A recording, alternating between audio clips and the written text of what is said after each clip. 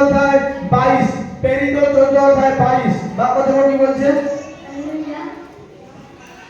যাইতে যাইতে তাহারা শিষ্যদের মন সুস্থির করিলেন এবং তাহাদিগকে আশ্বাস দিতে লাগিলেন যেন তাহারা বিশ্বাসে স্থির থাকে, আর কহিলেন, অনেক ক্লেশের মধ্য দিয়া আমাদিগকে ঈশ্বরের রাজ্যে প্রবেশ করিতে হইবে। আমেন। হালেলুয়া। দেখো এখানে বচন দেখো, প্রেরিত, যারা প্রেরিত কাজে বচন করেছে, এখানে প্রেরিত কাজ 23 থেকে 14 23। হালেলুয়া।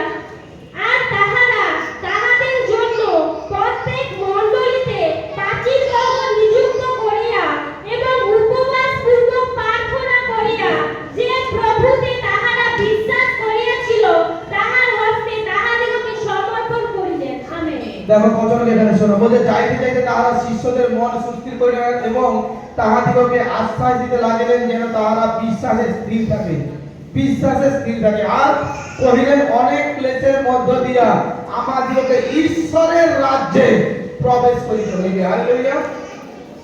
ঈশ্বরের রাজ্যে প্রবেশ করতে অনেক ক্লেশের মধ্য দিয়ে। ঈশ্বরের রাজ্য ঢাক পিটিয়ে সানাই বাজিয়ে আসবে না।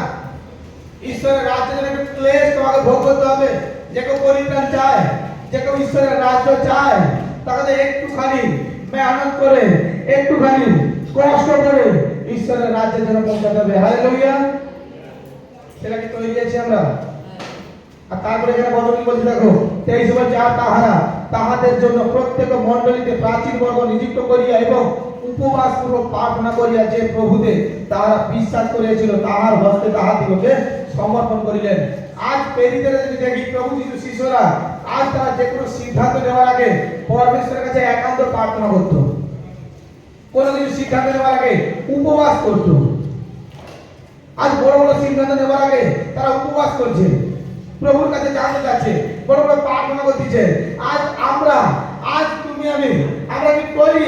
এই উপবাস করে প্রভুর কাছে প্রত্যেকটা বিষয় জানানোর জন্য, প্রভুর কাছে প্রত্যেকটা বিষয় বলার জন্য, পরমেশ্বরের কাছে আমাদের জীবনের ডিসিশন নেওয়ার জন্য আজ কত তৈরি থাকে যে আমার প্রত্যেকটা কিছু আমি আমার পরমেশ্বরকে জানাবো, পরমেশ্বরকে জানিয়ে আমি সেই কার্যকারী করবো। সচেতন তৈরি থাকে। রোগ হলে, অসুখ হলে, দেনায় পড়ে গেলে এগুলো কথা খুলে খুলে বলে। জীবন চালানোর জন্য, জীবন যাত্রার জন্য প্রত্যেকটা কিছু পরমেশ্বরের কাছে জানতে চায় না। হালেলুয়া। সবাই না, কিছু কিছু জন প্রত্যেকটা ইস্যু যেভাবে প্রেরিতদের কার্যকারী দেখেছো, তারা যেভাবে পরমেশ্বরের কাছে জানতেছে, উপবাস রেখে সঠিক জনের হাতে মণ্ডলী ছাড়তেছে এবং প্রাচীন বর্গ তাদেরকে নিযুক্ত করতেছে। কখন? তারা উপবাস করেছিল। আজ তোমার কঠিন পরিস্থিতি আছে, আজ তুমি অনেক বিভ্রান্তে আছো, আজ তুমি সঠিক সিদ্ধান্ত নিতে পারোনি, আজ তুমি মন্দ থেকে চলে গেছো, তুমি বেরিয়ে আসতে পারছো না, নেশা তোমাকে আঁকড়ে ধরেছে, তোমার ফ্যামিলিকে মন্দ স্পিড আঁকড়ে ধরেছে। আমি তোমাকে সত্য বলছি, উপবাস ঘোষণা করো। তুমি নিজে থেকে উপবাস ঘোষণা করো, উপবাস স্টার্ট রাখো, উপবাস তৈরি করো। কি আজ আমি 12 ঘন্টা উপবাস করবো, আজ আমি 8 ঘন্টা উপবাস করবো, আজ আমি 24 ঘন্টা উপবাস করবো। আর দেখো, উপবাস করাতে তোমার জীবনে বন্ধন ভাঙবে প্রভু যিশু নামে। একটা বিষয় নিয়ে উপবাস করো। উপবাস করে শুধু নিদ্রাতে গেলে উপবাস কোনো মতে হবে না। উপবাস করে যদি বাইবেল পাঠ না করো, উপবাস করে যদি তুমি প্রার্থনা না করো, সেই দিন পুরো উপবাস তোমার বৃথা যাচ্ছে। তুমি তোমার শরীরকে কষ্ট দিচ্ছ। হালেলুয়া। এই কার্যকারী কেউ না করো, এই ভাবভঙ্গিতে কেউ না চলো। দেখো, পরমেশ্বর সৃষ্টিকর্তা প্রমাণ হয়ে ধরবে। তুমি যদি প্রকৃতভাবে সঠিকভাবে উপবাস করে বাইবেল পাঠ করতেছ, উপবাস করে পরমেশ্বরের সামনে হাঁটু পাততে হচ্ছ, ঈশ্বরের কাছে চোখের জল দিয়ে তুমি ডাকতেছ, আর দেখো ঈশ্বর তোমার জীবনে দয়া করবেন। তিনি বড় দয়ালু। আমার পরমেশ্বর অনেক দয়ালু। তুমি যখনই তার সামনে চোখের জলে প্রার্থনা করবে, হাঁটু পাতিতে হবে, হাঁটু পেতে পিতার কাছে চাইবে, নিজের পাপকে স্বীকার করবে, দেখো পরমেশ্বর তোমার জীবনে এক বড় যোজনাকে রাখবেন। আমার পরমেশ্বর এতটাই দয়ালু, তিনি আমাদের কষ্ট কিঞ্চিত মাত্রা দেখতে পারেন না। আজ যদি তুমি উপবাস করে পরমেশ্বরের সামনে হাঁটু পাতিতে হও, অন্য কারোর সামনে নয়, আরে মুখকে বিষণতা না করো, পরমেশ্বরের সামনে হাঁটু পাতিতে হও। প্রভু প্রভু বলে তুমি আর্তনাদ করো পরমেশ্বরের কাছে। তোমার প্রত্যেকটা পাপের কথাকে তুমি খুলে খুলে বলো পরমেশ্বরের কাছে। তোমার প্রত্যেকটা কথা, দুঃখের কথা, কষ্টের কথা তুমি খুলে খুলে বলো। আর দেখো পরমেশ্বর পিতা ওই উপবাস শেষ হওয়ার আগে তোমাকে এক উত্তম দিনকে দেখিয়ে দেবেন যিশু মসিহ নামে। পরমেশ্বর তোমাকে ওই উপবাস শেষ হওয়ার আগে এক বড় ব্লেসিং এর সঙ্গে পৌঁছাবে প্রভু যিশু নামে। আজ তুমি মনে করতেছো আরে আমার খাওয়াটা আগে, আজ মনে করতে পারছি আমার খাওয়া আগে, আরে একবারে না খেলে তুমি পরমেশ্বরকে ডাকবো হবে কি করে? পরমেশ্বরকে দ্বারা আমি না খেলে খুশি হয়? আরে না, তোমাকে তো অনুশোচনা বোধটুকু জাগাতে হবে যে আমি ঈশ্বরের বিরুদ্ধে কত পাপ করেছি, ঈশ্বরের বিরুদ্ধে কত অন্যায় করেছি, ঈশ্বরের বিরুদ্ধে আমি কত না কত মিথ্যে বলেছি যা আমার ঈশ্বর চায় না। আরে তার জন্য তো একটা দিন অন্তত তুমি ফাস্টিং শুরু করো, তার জন্য অন্তত একটা না একটা দিন তুমি অঙ্গীকার ঠিক করে প্রভুর কাছে আত্মনাদ করো। আরে 8 ঘন্টা উপবাস করে অন্তত 5 ঘন্টা প্রার্থনা বাইরে কাটে রাখো, 12 ঘন্টা ফাস্টিং করতেছো, অন্তত 6টা ঘন্টা পরমেশ্বরকে দাও, 24 ঘন্টা তুমি ফাস্টিং করতেছো, 12 ঘন্টা তো পরমেশ্বরকে দাও। আর কোথায় তোমার জীবনে নাইট প্রেয়ার? কোথায় তোমার জীবনে উপবাস?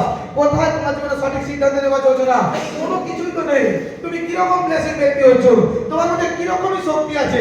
কোন শক্তি তোমার মধ্যে কার্যকরী করতেছে যে কিনা আমি একজন বিশ্বাসী সন্তান হওয়ার পরেও আমি প্রার্থনা করতে পারি না, আমি প্রার্থনা করতে পারি না 1 ঘন্টা, আমি হাঁটু পাতি করতে পারি না। আরে যে নতুন বিশ্বাসী সে কথা বলতে পারে, কিন্তু তুমি আজ এতদিনের বিশ্বাসী হওয়ার পরেও তোমার মধ্যে প্রার্থনা কোনো শক্তি নেই, তোমার মধ্যে ফিউচার ক্ষমতা নেই, ফিউচার পাওয়ার নেই, কোনো সঠিক অঙ্গীকার নেই, সঠিক ভাবভঙ্গি নেই, তোমার জীবনে সপ্তাহে কোনো ফাস্টিং নেই। সপ্তাহে অন্তত 2টা ফাস্টিং করো, তোমরা দেখবে তোমার জীবনে ব্লেসিং আসবে। আমি টানা অনেকদিন ফাস্টিং করতে পারি না, কষ্ট হয়, কিন্তু সপ্তাহে 2টা দিন করে ফাস্টিং করো। সেদিন তুমি যোজনা করো, সপ্তাহে 1 দিন করে ফাস্টিং ঘোষণা করো। দেখো আমার সপ্তাহে ফাস্টিং করতে অসুবিধা আছে, তুমি টানা 1 মাস করে ফাস্টিং করো, 15 দিন করে ফাস্টিং করো, 10 দিন করে ফাস্টিং করো, 1 সপ্তাহ করে ফাস্টিং করো। মনে রাখো ফাস্টিং করে পরমেশ্বরের সামনে হাঁটু পাতিতে হবে। ফাস্টিং টাইমটা অন্যান্য কিছু করে টাইম পাস করে দিও না। ওই সময়টা তোমরা কি জানো, যখন তোমরা ফাস্টিং করে তোমরা শুনতে যাচ্ছ, আমার পবিত্র আত্মা তোমাদেরকে এভাবে ঘিরে রাখে। কারণ ফাস্টিং এর সময় তোমরা বড় দুর্বল হয়ে পড়ো, ফাস্টিং এর সময় তোমরা বড় ক্লান্ত হয়ে পড়ো, কিন্তু আমার পরমেশ্বরের আত্মা তোমাকে আগলে রাখে যাতে কোনো মন্দ শক্তি, মন্দ স্ত্রী তোমাকে গায়ে না আঁচড় কাটতে পারে। তোমরা কি জানো, যখনই তোমরা ফাস্টিং করে পথে চলতিছ, হাঁটতিছ, স্বর্গদূত তোমার দুপাশে তোমাকে আগলে আগলে নিয়ে যাচ্ছে যাতে তুমি দুর্বল ক্লান্ত ব্যক্তি হয়ে হুচট না খেয়ে পড়ো, তোমাকে যাতে কেউ না ঠেলে ফেলে দেয়, কেউ যেন তোমাকে তর্ক করে হারিয়ে দেয়। তার কারণে আমার পরমেশ্বর তার দূতকে পাঠিয়ে দেয়। কিন্তু অনেক বিশ্বাসী কি করে, ফাস্টিং করে বিছানায় শুয়ে আছে, ফাস্টিং করে শুধু মোবাইলে স্ক্রল করতে ভিডিও দেখছে, ফাস্টিং করে বাড়ির যাবতীয় কাজে ব্যস্ত। আরে বাড়ির যাবতীয় কাজ তুমি কি করবে? তাহলে ফাস্টিং করার দরকার কি ছিল? ফাস্টিং করার পরে তুমি কি শুধু শুয়ে শুয়ে কাটাবে? ফাস্টিং করার দরকার কি ছিল? ফাস্টিং করার পরে তোমার কি বাইরে করার ইচ্ছাই জাগে না? ফাস্টিং করার দরকার কি ছিল? 2-3-4 দিন এরকম ফাস্টিং করার পরে বলছে আরে উপবাস করেছি কোনো বেনিফিট আসেনি, উপবাস করেছি কোনো কিছু আমি পাইনি। দেখো তাদের জীবনে এগুলো হয় যারা ফাস্টিং করার পরে ফাস্টিং এর যে অঙ্গীকার সেই অঙ্গীকার হিসেবে চলে না, ফাস্টিং করে সেই ঘন্টা, সেই সময়, সেই দিন পরমেশ্বরের হাতে তুলে দেয় না, পরমেশ্বরের ইশারাতে চলে না, তাদের জীবনে ফাস্টিং এর কোনো লাভ নেই। আর সেই সময় ব্যক্তিরা আমি তোমাদের সত্য সত্য বলে দিতে যাচ্ছি, এরকম ফাস্টিং করলে তো শরীরে কষ্ট দেওয়ার ফাস্টিং। ফাস্টিং কি উৎসব না, শরীরকে কষ্ট দিয়ে কোনো ফাস্টিং করো না। এমন ফাস্টিং তুমি একটা করো, উপবাস করো যা তোমার কার্যকারী হবে। সেটা 3 দিনের হোক, 2 দিনের হোক, 15 দিনের হোক। আরে প্রফেট 100 দিন করতেছি বলে আমি করবো? আমার শরীরে আরেকটা আমি বুঝে করবো, আমি 5 দিন করবো, আমি 3 দিন করবো। হালেলুয়া। আমি যেমন জানি ফাস্টিং অনেক প্রকারে আছে। তুমি শুধু সেদ্ধ ভাত খেয়ে করতে পারো, তুমি আমার মতন কিছু না খেয়ে করতে পারো, তুমি সুস্বাদু আহারকে ত্যাগ করে করতে পারো, তুমি 12 ঘন্টা করতে পারো, দিবারাত্রি করতে পারো, বিভিন্ন ভাগ আছে, সে তোমার উপরে। আমি শুধু সেদ্ধ ভাতকে থাকবো, সেটাও একটা ফাস্টিং হচ্ছে তোমার। আমি সুস্বাদু যদি আহারকে ত্যাগ করে দেবো, তেল মশলা যাবতীয় কিছু এগুলো আমি করবো, খাবো না। আমি পানীয় জল খেয়ে উপবাস রাখবো, আমি 8 ঘন্টা কি 12 ঘন্টা রাখবো, পানীয় জল পান করবো না। আরে শুরুতে 3 দিন করি, আবার পরে করি, এই করে বাড়াই। আরে প্রফেট ঘোষণা করে দিয়েছে তিনি দিবারাত্রি কিছু খেয়ে নেই, আরে চলো আমরাও তাহলে 140 দিন রেখে দেই। দিবার পরে বলছে আমি ফাস্টিং করে খেয়ে নিয়েছি, জানি যাবনি আজকে। এই বিষয়গুলো করো না। তোমার শরীরের ওয়েটকে নিজেকে দেখো ফাস্টিংয়ে যাবার আগে পরমেশ্বরকে জানাও যে পিতা পরমেশ্বর আমি উপবাস করতে চাই। আর দেখো সত্যি পরমেশ্বর তোমার মধ্যে এক শক্তিকে পাঠাবেন, পরমেশ্বর তোমার মধ্যে এক ক্ষমতাকে পাঠাবেন, আর তিনি দেখে তোমার যোজনাকে পূর্ণ করাবেন। হালেলুয়া। তিনি তোমার জন্য তুমি যে একটা বিষয়, আমার তো একটা প্রয়োজন, আমি ফাস্টিংয়ে যাচ্ছি, যে আমার এটা চাই, তাই তো? হ্যাঁ কি না? সেই একটা বিষয় ধরে রোজ প্রার্থনা করো, ছেড়ো না। এই একটা বিষয় ধরে রোজ প্রার্থনা করো। হালেলুয়া। আর দেখবে সে প্রার্থনা উত্তম হবে, সে প্রার্থনা কার্যকারী হবে। আর প্রভু তোমার জীবনে ব্লেসিং দিয়ে তোমার জীবনে সামর্থ্যে ভরাবেন পবিত্র পিতা। তিনি মঙ্গলময় পিতা পরমেশ্বর। হালেলুয়া। তিনি দয়াময় পিতা পরমেশ্বর। তুমি আগে তোমার অধিকার দ্বারা পরমেশ্বর যেমন চাইছে সেরকম আগে করো। উপবাস ঠিকভাবে করো, করার মতন উপবাস করো। আমি মাসে 2টো উপবাস করবো, ঠিকঠাক করে করো, নিখুঁত ভাবে করো। এক অঙ্গীকার করে দিয়ে তারপরে ভুলে যাচ্ছ, এরকম উপবাস না করাই ভালো। এরকম শরীরকে কষ্ট দেওয়াটা অন্যরকম ভাবে উচিত নয় আমাদের জীবনে। কারণ আমি পরমেশ্বরের ব্যক্তি, আমার মধ্যে আমার পরমেশ্বরের শক্তি আছে, আমি ঈশ্বরের বান্দা, আমি ঈশ্বরের সন্তান। তাই আমি ঈশ্বরের দেখানো পথগুলো, ঈশ্বর যেভাবে আমাকে দেখাচ্ছে সেই রাস্তাগুলোকে আমি অনুসরণ করবো। আরে পরমেশ্বরের আত্মা বলছে আমি তোমাকে ক্ষমতা যোগাবো।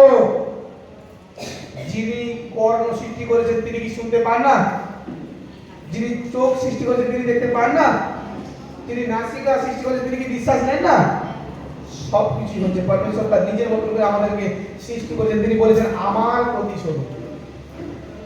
দেখো পশু পাখিদেরকে কিন্তু পরমেশ্বর প্রতিস্বরূপ করলেন না, মনুষ্যকে বললেন আমার প্রতিস্বরূপ। হালেলুয়া। বিভিন্ন মনুষ্য বিভিন্ন রকমের আলাদা আলাদা দেখতে, তাদের ভয়েস আলাদা, তারা দেখতে আলাদা, গায়ের রং আলাদা, কিন্তু ব্লাডের কালার একই। হালেলুয়া। সবাই দেখো জন্ম মৃত্যু একই, তো রূপ আলাদা, গুণ আলাদা, আর কোনো একই আছে। হালেলুয়া।